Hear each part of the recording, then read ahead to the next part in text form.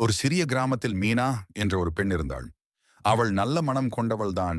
ஆனால் ஒரு பெரிய குறை, மிகவும் சோம்பேறி. காலை எழுந்து வேலை செய்வது, படிப்பது, வீட்டில் உதவுவது, எதிலும் அவளுக்கு சோம்பல்.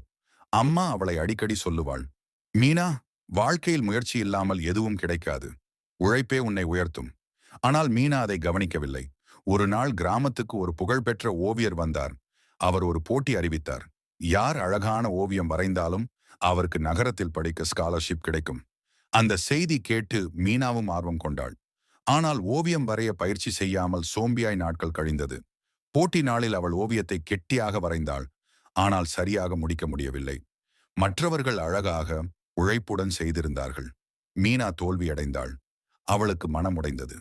மகளே, தோல்வி உன்னை தாழ்த்த வரவில்லை. அது உன் திறமை எவ்வளவு பெரிது என்பதை நினைவூட்ட வந்தது. அந்த நாளிலிருந்து மீனா மாறிவிட்டாள். அவள் தினமும் உழைக்கத் தொடங்கினாள். தன்னம்பிக்கையுடன் ஒவ்வொரு நாளும் புதியதை கற்றுக்கொண்டாள். சில மாதங்களில் அவள் கிராமத்தில் சிறந்த ஓவியராக ஆனாள். அடுத்த வருடம் அதே போட்டியில் பங்கேற்று முதலிடம் பெற்றாள். அந்த நேரத்தில் அவள் சொன்ன வார்த்தை எல்லோருக்கும் பாடமாகியது. நான் சோம்பேறி அல்ல, என் கனவுகளை அடைய தாமதமாக தொடங்கிய போராளி. அம்மா, நான் முயற்சி செய்திருந்தால் நான் வென்றிருப்பேன்.